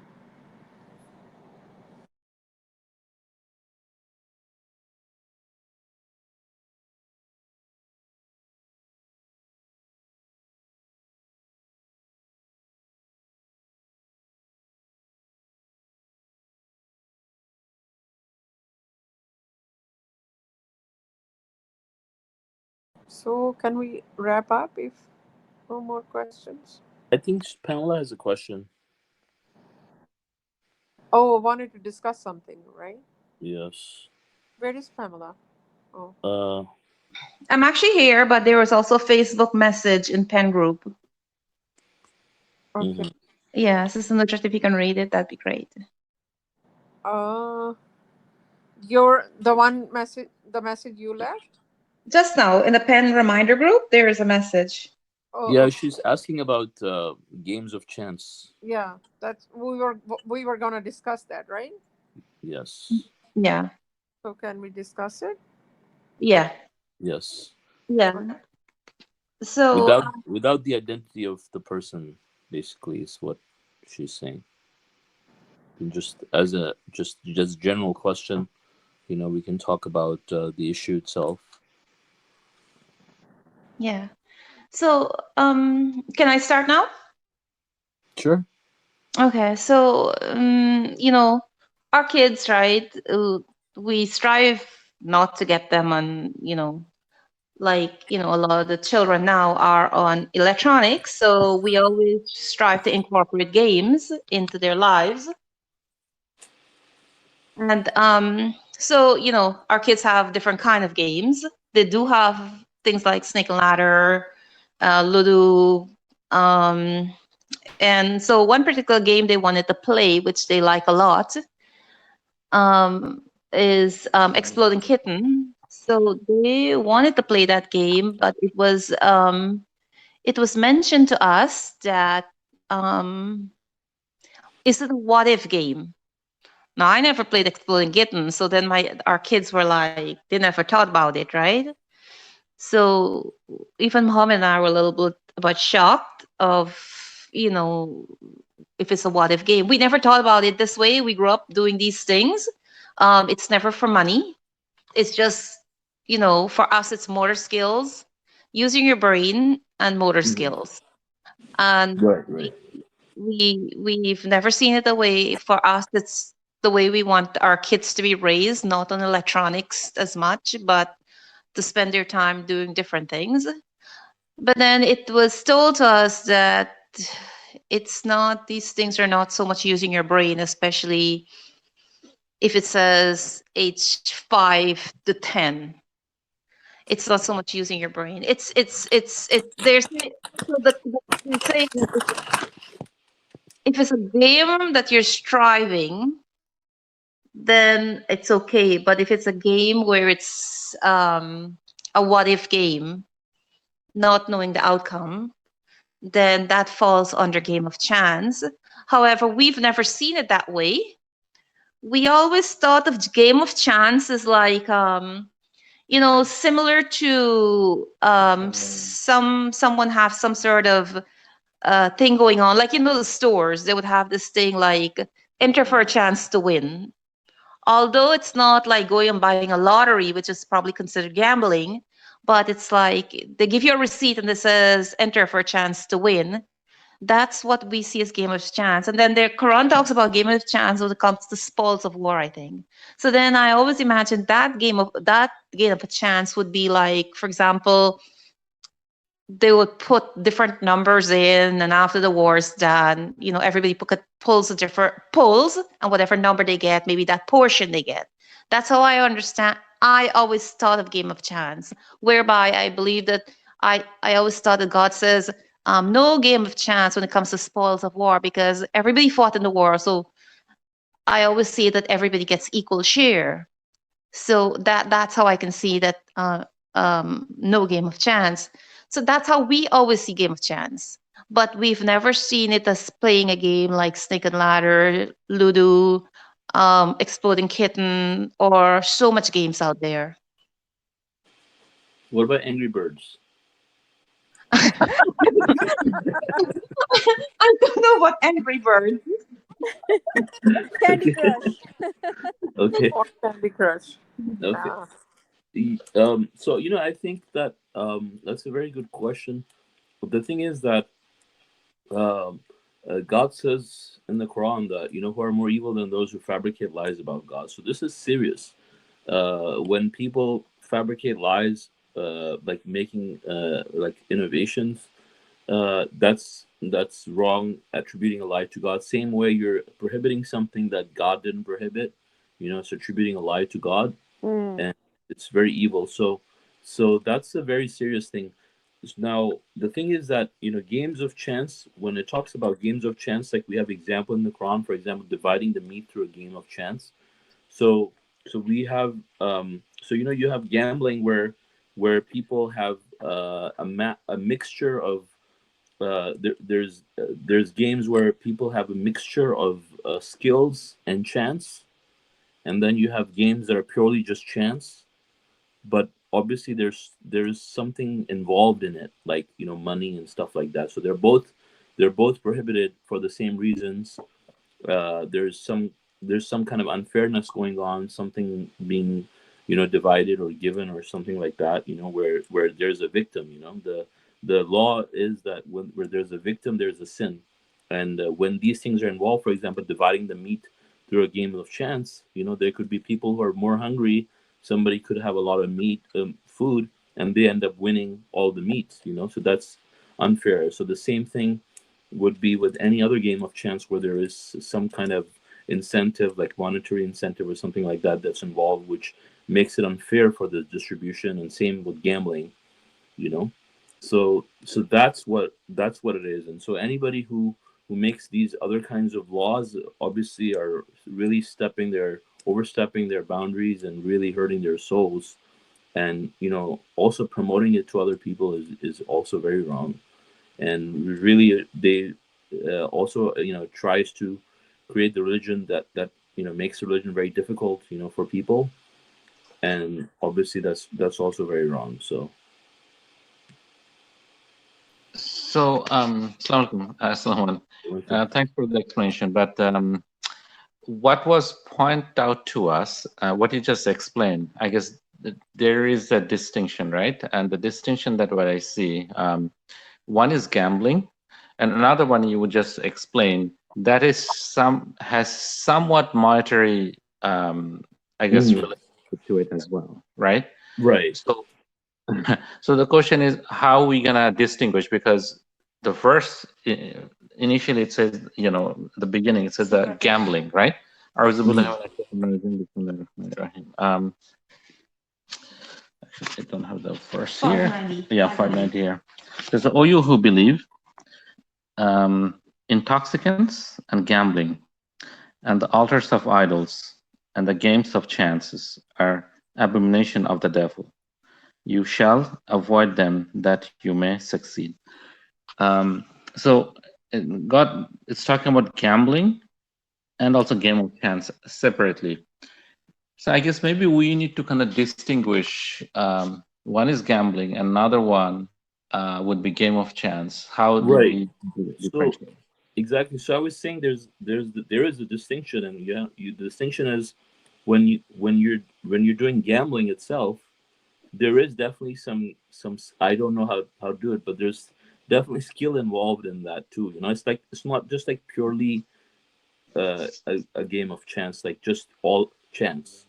There's some skill involved, and then there's the chance. So that's really there's that that defines gambling.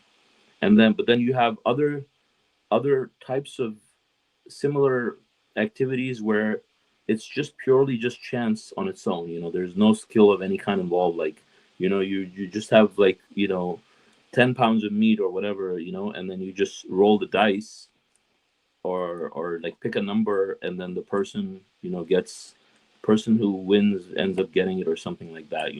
And other people could be victimized by that. So in that scenario, that being something where there's no skill involved, that doesn't fall into gambling. And obviously, with gambling, you're also putting money in and stuff like that. Whereas as a game of chance, you may or may not be, like, betting money or something like that. It just happens by chance. But obviously, you're victimizing someone with some kind of a monetary incentive. And one verse that I mentioned that clarifies that is the verse that talks about dividing the meat through a game of chance, right? So we know that this is what it means when they talk about games of chance. It's not just talking about, like Minesweeper or whatever, Right. other games that are just, based on randomness. And I guess that's the point where, that's the area they were kind of pointed out. Okay, if you have dice, like for example Ludo or some other game, you don't control the outcome, right? So you just, some number come out, and based on that you play.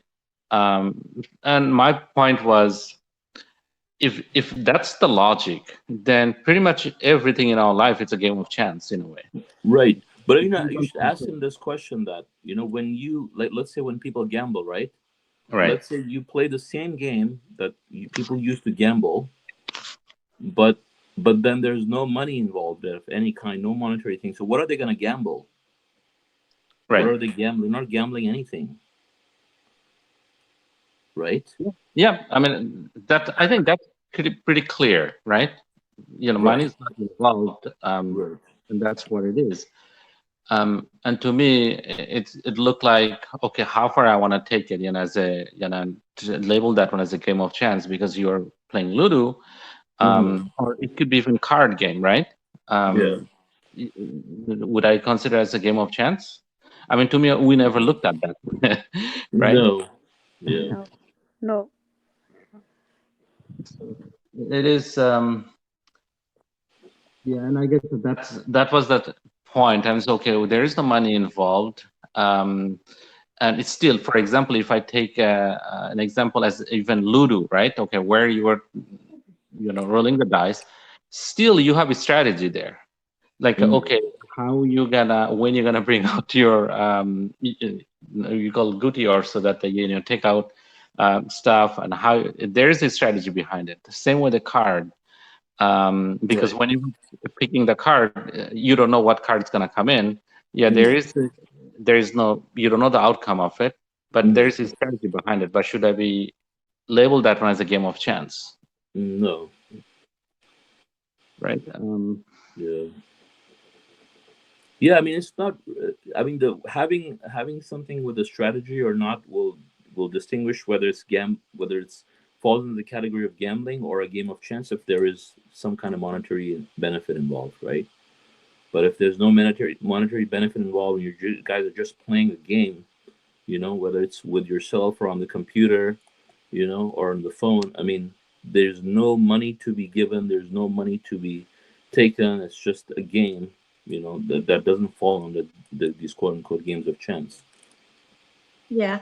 And Salman, that's how we see it too, right? But Right. somebody pointed in the direction of Wikipedia So I can read Wikipedia what it says of game of chance, and then is it the definition of what game of chance in some of the website is what is making people think a different way. So, for example, in Wikipedia, it says a game of chance is a game whose outcome is strongly influenced by some randomizing device, and upon which contestant may choose to wager money or anything of monetary value. But Right. but then it went on to say common devices used include dice, spinning top, playing cards, roulette wheel, or numbered balls drawn from a container. Right. So my point is people reading things like that and then thinking that maybe game of chance falls under, because it did say on the game of chance it did say playing cards and things like that. Well, it said first of all, I mean these Wikipedia dictionaries are created by users like me and you. Yeah, Anybody can go that's and right. change it, right? But secondly, it's even the Wikipedia article is saying that typically people use wager money and stuff, but they're just saying that the randomizing aspect of it is controlled by things like dice and this and that, you know. But it does say that there's money to be wagered and stuff like that. So, which is what I'm saying, you know. Yeah. And exactly how you see it is how we've always see it. Money Yeah. is never involved in whatever we do. We just play a game. And with cards, people can say that because it has been pointed out that, are you using your brain?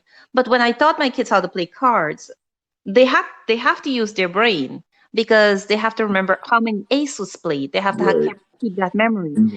If In order, if they're not using their brain, they can't even they can't even throw a card because everything you do, you have to use your brain. yeah, I mean, they'll yeah, be dead if they're not using. The only time you won't be going to be using your brain is when you're dead. yeah.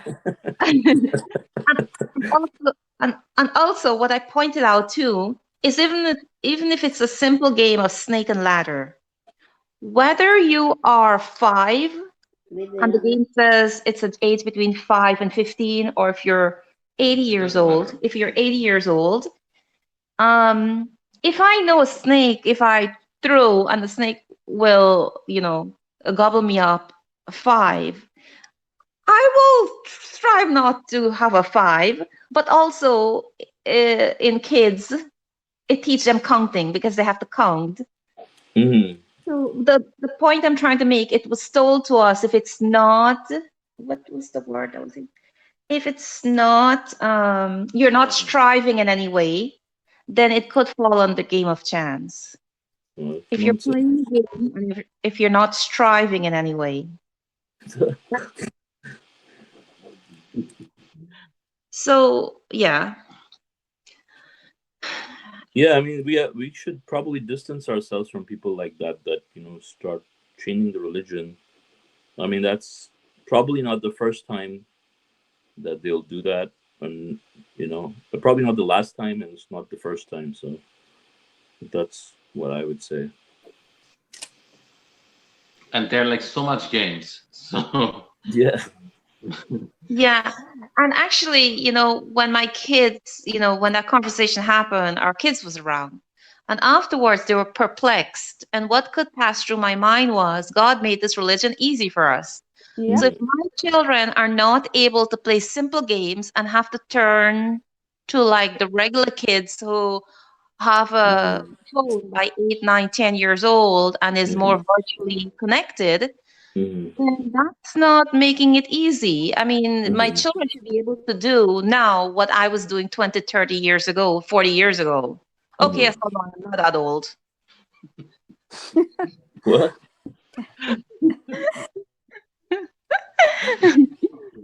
So yeah. Thanks so much. Thanks so much. You're welcome. And I just want to say, Pamela, like, don't go so deep. Like, for the simplest thing, there is a bright chance that people can drown. They say in Urdu, ज़्यादा गहराई में मत जाओ, डूब जाओगे. So, I mean, it's a God make everything easy for us. And this verse is very clear. It's not even a multiple meaning verse. So it is very clear definition. And this is how the regular Muslims, they did for men not to wear silk, not to wear gold. And where are these prohibitions you see in the Quran? No. So they want to take all the fun and enjoyment out of your life and make the religion so, difficult, Hmm. so that people just run away from that, because Yeah, just like then that, they won't be able to enjoy anything. yeah, just like how the people ban music, they ban arts, drawing, everything, just Yeah. those things. Otherwise, nothing would be out of game of chance. Even fishing is a game of chance. Yeah. I have no control when a random fish will come and get in the hook. Never go fishing again. Yeah. Like, do you think there is a strategy, or like really, yeah, you go maybe in certain waters, but still it's a chance when Hmm. this fish will come, right? Yeah. Yeah, I think you made some very good points. One important point to make about game of chance is, I think one reason it's condemned is because essentially in participating in a game of chance, you're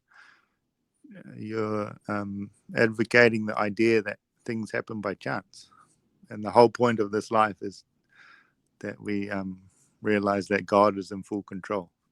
So as submitters, we know that even in a game of chance, double quotes, that God controls everything. But the non-submitter won't realize that a game of Right, but chance it's is not also, yeah. really a game of chance. Hmm. But it could take you away from believing in God and believing that God controls everything. Right. I mean, the thing is that it's the idea, the principle is like when there's a victim, there is a sin, right? So the thing Exactly. is that The whole idea there is behind. randomization going on in both types of games, like Monopoly and real gambling, right? But the difference is that in gambling, somebody's being victimized. So these companies, for example, that make people gamble, for example, these or lottery machines or things like that. Of course, they victimize these people. They end up gambling their homes. Their a lot of money they spend. They're addicted to it, and they spend. And the people are victimized. Like people lose their homes or things like that on a larger scale, and on a smaller scale also. People will lose their savings worth a day or two, which might be something they need to feed their families and stuff. So that's sinful. That's why it's sinful, right? Intoxicants is sinful because of a reason. It's wrong because it clouds the person's judgment. The person ends up doing immoral things that they wouldn't do in their sound mind. So there's the reason behind this is people are being victimized. But this is the whole idea behind it. But the thing is, when you're doing a game on your phone or a computer where there's no victim, essentially there's definitely not no sin. When you're playing Monopoly, I mean, what are you doing? If you're playing Monopoly, like there has to be some kind of a reason to make it that way, right? I mean, there's nothing. Killing time. Yeah, but I mean, there's killing time is not a sin. I'm just kidding from last study. Right? Like you can't watch TV because you're killing time. Right? You're not using your brain when you're watching TV. Yeah. Yeah, so I think that, like people play cricket and other sports, people bet on it. And the word bet is not used, but so somebody can object to that. Oh, you can bet on the cricket, which team is going to win. And that's okay. But we can understand from this verse that parts also fall into the gambling. So God doesn't have to literally say everything. Right. Also, in like cowboy times, they used to play the game where they walk. What do you call that game? And then they turn, and then whoever shoots first. So that's game of chance where you're playing with your life.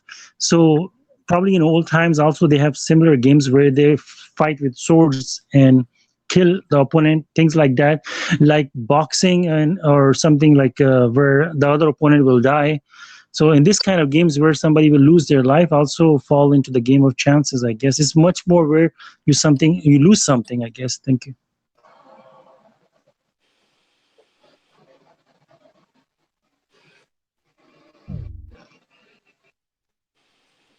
Yeah, I mean, just to add to what I was saying, I mean, when I'm thinking about those verses that you read, I'm really thinking about a person as an adult participating in those things, not as a child, unless the game was maybe, I don't know, a children's game that's going to eventually turn them into a poker player or something. I wouldn't even consider worrying about the kids' games, because there's a whole different intention behind a Right. kid playing a game and an adult playing a game. And like other people have said, when the adult's playing some of those games, there's money involved, there's winners and losers, and those things mentioned in the verse, there might be some benefits in them, but there's huge harm can be caused from them as well, and that's why they're banned. So to what Steve is saying, Steve, it's I used to belong to a I don't have community, any kids. That's my disclaimer, though. So, and Yeah, as and he's single. the advertisement. Yeah. So what Steve is saying, Steve, we belong to a community, right? Before, and as a community, we spend time together. So one night, I don't know if it's once a month or less than once a month. It goes off and on. We used to have games night, and in the games night, we would play things like Exploding Kitten. So it's majority adults.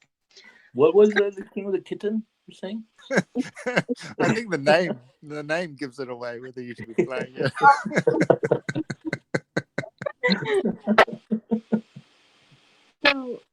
So it's not just kids who play these games, adults too, right? A lot of the games have age 7 to 99. So anywhere between age 7 and 99 plays that game. So the games are not just for children. However, majority of the games my kids play. Yeah, but a lot of the games need 3 people and I have 2 kids. So, sometimes we do play with them. Yeah, I think actually, when people who make games, when they put together these games, there's you play the game and you might think there's no chance at all, like, of randomness in any way, but there's always, most of those games, unless they're like purely strategic games, like there's always randomness involved in them. Like, for example, you play a game where there's like balls shooting from all different directions, right?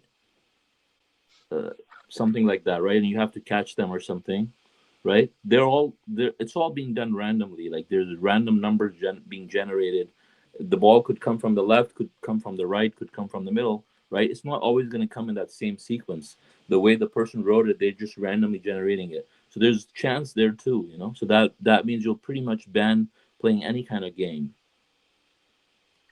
right? Yeah. I think we need to keep it simple. I mean, to us, I mean, we never actually looked at that as a game of chance, just simple games, and sometimes I think, I guess some people have different perspective that how they look at it, and based on their understanding, I guess they come up with the thing that maybe that falls on a game of chance. So at the same time, I think we have to be kind of cautious too, because that's how how I grew up. It's like like following hadith and sunnah sometimes, that they have so much prohibitions. You can do this, you can do that, and we got to be kind of careful that we don't fall into that kind of trap. Right. I think also important is, don't take it very lightly, because if you treat it as okay, that's your understanding, and something like that. I mean, it's serious, because they're creating prohibitions in religion. I mean, God condemns it, like, seriously. So, and from what I know, like, it's not the first time. specifically, right? I mean, there's things like circumcision and other things that we're also you're aware of, right? So I mean that knowing all these things, like, you know, put a responsibility on you guys, you know, like not to put yourself in harm's way too. Yeah. Masha Allah, Salman. Thank you. You're welcome.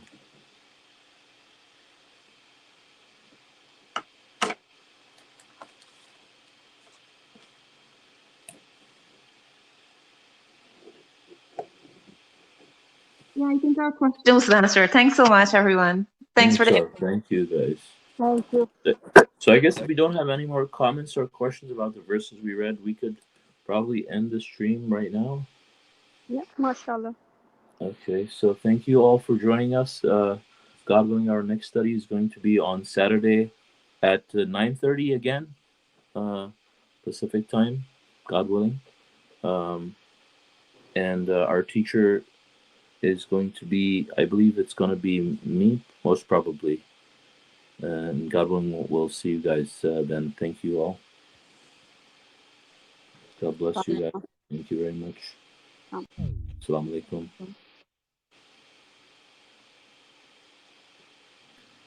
Salāmun Alaykum.